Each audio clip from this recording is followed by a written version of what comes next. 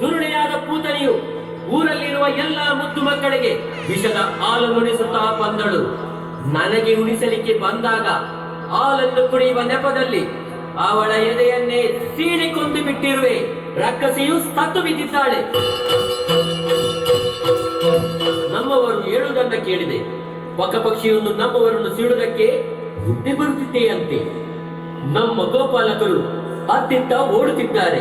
ಇದು ಪಕ್ಷಿಯ ಆಟವೇ ಅಥವಾ ಕಂಸನ ಕಪಟವೇ ಎಂದು ತಿಳಿಯಬೇಕಿದೆ.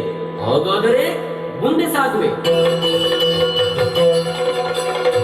ಇದು ಪಕ್ಷಿಯಲ್ಲ, ಇದು ಬಕಾಸುರನೇ ಆಗಿರಬೇಕು. ಪಕ್ಷಿಯ ಕೊಕ್ಕನ್ನ ಸೀಳಿ ಬಿಡುವೆ, ಸೀಳಿ ಬಿಡುವೆ.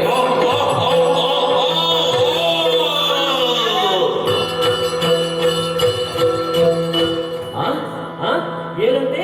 ಯಮುನಾ ನದಿಯ ನೀರನ್ನು ಕುಡಿದ ಗೋವುಗಳು ಸತ್ತು ಹೋಗುತ್ತಿದೆಯಂತೆ. ಕಾರಣ ಏನೆಂದು ತಿಳಿಯುವುದಕ್ಕಾಗಿ ಯಮುನಾ ನದಿಗೆ ಧುಮುಕಿ ನೋಡುತ್ತೇನೆ.